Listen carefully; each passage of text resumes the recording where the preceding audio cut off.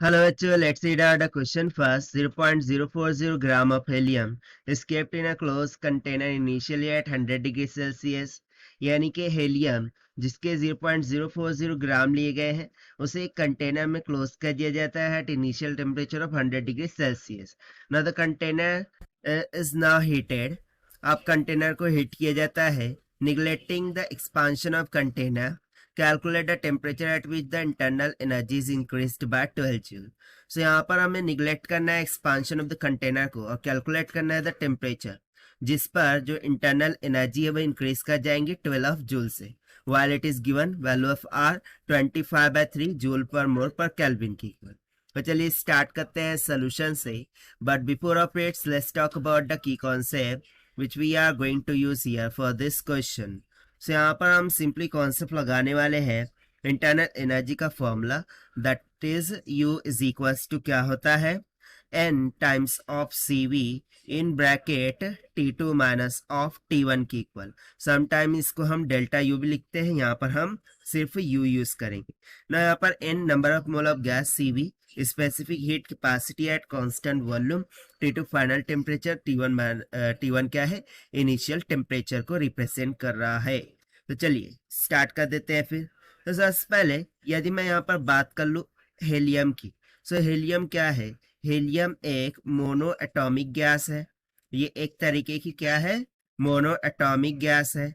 और यदि ये मोनो एटॉमिक गैस है, ठीक है, सो इसके लिए जो specific heat capacity at constant volume इसकी वैल्यू किसकी इक्वल हो जाएंगी 3/2 टाइम्स ऑफ आर की इक्वल. इतना क्लियर हो गया ना. मास ऑफ हेलियम यदि मैं देखूं, सो अकॉर्डिंग टू क्वेश्चन हमें मास ऑफ हेलियम वो कितना दे रखा है 0.040 ऑफ ग्राम दे रखा है. और वहीं पर यदि मैं मोलर मास की बात करूं हेलियम के, सो जो मोलर मास ऑफ हेलियम होता है this is equals to the 4 gram. ठीक है. सो यहाँ से मुझे number of moles of helium वो कितने मिल जाएंगे दैट इज नंबर ऑफ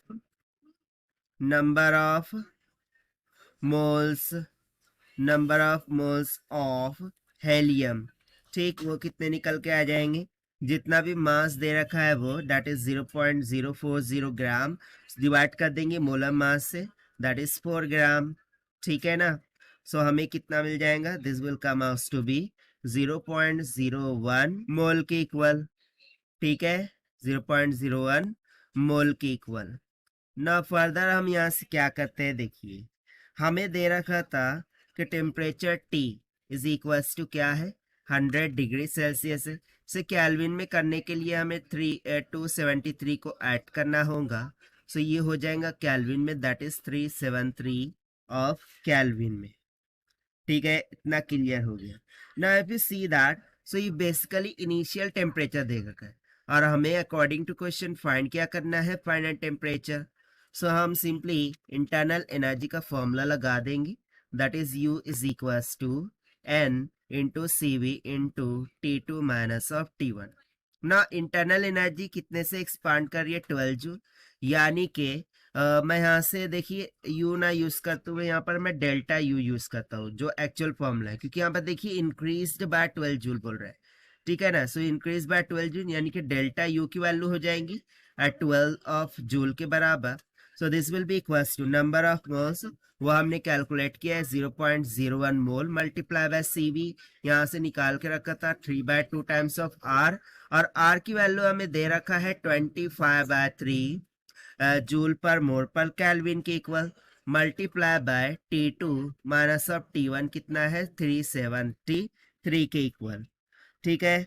सो इसको जब हम सॉल्व करेंगे, ठीक, तो यहाँ से T2 का मान कितना निकल के आ जाएगा 469 केल्विन के इक्वल. बट आप बोलेंगे हमें तो डिग्री सेल्सियस में चाहिए, तो सिंपली हम 273 को माइनस कर देंगे. So T2 will be equals to 469 में से 273 माइनस कर देंगे. सो हमें निकल के आ जाएगा डिग्री सेल्सियस में दैट इज 196 डिग्री सेल्सियस के इक्वल. और यही हो जाएगा हमारा आंसर जो कि हमने सॉल्व किया है by using the conceptual formula of change in internal energy से. So this is the required solution. I hope you understood well. Best of luck. Thank you.